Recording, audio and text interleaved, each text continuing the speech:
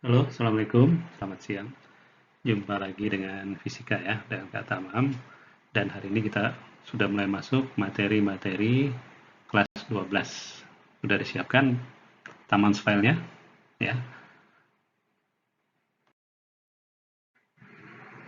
Nah, hari ini kita akan masuk pada pembahasan listrik statis ya. Nah, apa saja yang kita pelajari? Yang pertama adalah gaya dan medan listrik. Ini di Tamams File 1203. Kemudian ini di Taman File 1204 dan ini Taman File di 1205. Nah, coba perhatikan Taman File 1203. Kita konsentrasi kepada bagian gaya listrik saja dulu ya. Ini agak atas, coba lihat. Ini gaya listrik ada terbagi dua ya. Ada di antara dua buah partikel bermuatan listrik Q1 dan Q2.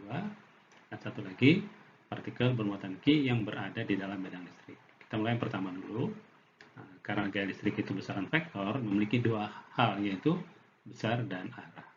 Besarnya dengan hukum Coulomb, yang kita sudah tahu, yaitu F12 sama dengan K dikali Q1 Q2 per R12 kuadrat. Ya. Kenapa pakai F12 di sini? Karena karena bisa saja nanti ada 3 partikel, maka nanti ada bisa F13, F23, begitu juga jaraknya. Tapi nanti kalau cuma 2 partikel, maka cukup ditulis F. Begitu juga jaraknya R. Adapun K ini, masih ingat ini adalah suatu konstanta yang kalau di ruang hampa nilainya adalah 9 kali 10 pangkat 9. Nah, yang penting diingat di sini bahwa adalah Q1 dan Q2 yang dimasukkan di rumus ini itu adalah harga mutlak saja ya. Jadi sekalipun ada bernilai negatif, yang dimasukkan adalah harga mutlaknya. Karena nanti pengaruh negatifnya itu nanti pada arahnya ya. Nah, kita lihat di arahnya nih. Nah, arahnya nanti, arah gaya listrik yang bekerja di suatu muatan itu ditarik oleh muatan yang berlawanan jenis dan ditolak oleh muatan yang sejenis, gitu ya. Jadi arahnya ditentukan oleh muatan partnernya, gitu, partner interaksinya. Nah, kemudian yang kedua, medan listrik yang pada partikel bermuatan Q di dalam medan listrik E. Besarnya diberikan oleh rumus F sama dengan Q dikali E. Q di sini adalah partikel yang dipengaruhi. E itu adalah medan listriknya. Nah, Q yang dimasukkan juga adalah harga mutlak. Nah, pengaruh Q positif atau negatif nanti pada arahnya. Nah, arah dari gaya listrik itu nanti itu bisa searah dengan medan listrik jika Q yang dipengaruhi itu adalah positif. Jadi misalnya medan listriknya mengarah ke timur, sementara Q-nya adalah positif, maka arah gaya listriknya juga adalah ke timur. Tetapi kalau Q-nya negatif, arah gaya listriknya adalah ke barat. Ya, jadi akan berlawanan jika Q-nya negatif. Ya. Masih Tamam File 1203, kita bergeser ke bawah di materi medan listrik. Ya. Nah, kita lihat yang di atasnya, yaitu paling atas. Medan listrik di sekitar muatan listrik titik Q, jadi muatan listriknya berbentuk titik. Ya, sama halnya dengan gaya, medan listrik juga adalah besaran vektor, punya besar dan punya arah. Besarnya diberikan oleh rumus E sama dengan KQ per R kuadrat. Dengan Q lagi-lagi harga mutlak, karena dia adalah besaran vektor, ya, tidak dipakai negatifnya. K sama dengan tadi adalah bernilai 9 kali 10 pangkat 9 Newton meter kuadrat per kolom kuadrat, kalau di ruang hampa.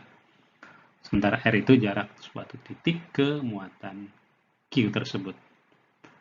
Nah, adapun arahnya, disinilah pengaruh dari muatan Q tersebut. Dia akan menjauhi muatan Q tersebut jika Q-nya positif, dan akan mendekati muatan Q tersebut jika Q-nya negatif. Nah, kemudian di sini di tengah ada medan listrik di antara plat sejajar bermuatan Q dan luasnya. Tapi ini jarang ya dipakai. Kita langsung ke bagian bawah. Ini medan listrik pada bola konduktor bermuatan listrik Q berjari-jari R terbesar. Nah, ada 3 kondisi atau 3 tempat, yaitu di dalam bola, di permukaan bola sering juga disebut di kulit bola, dan di luar bola. Dan ini ada R kecil. R kecil itu apa? Jarak suatu titik dari pusat bola. Berarti kalau di dalam bola, R-nya itu kurang dari R besar ya, R kecilnya kurang dari R besar. Jadi misalnya jari-jarinya 10 cm. Nah, selama kurang dari 10, berarti dia di dalam bola. Nah, kalau di dalam bola, medan listriknya itu adalah 0, nggak usah dihitung. Karena medan listrik itu menyebar keluar. Ya. Medan listriknya adalah 0.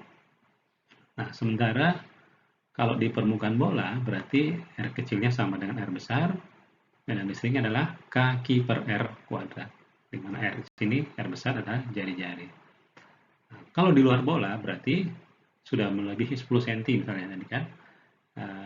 R kecilnya lebih besar dari R besar, maka E-nya sama dengan kaki per R kuadrat. Di mana R yang dipakai di sini jarak dari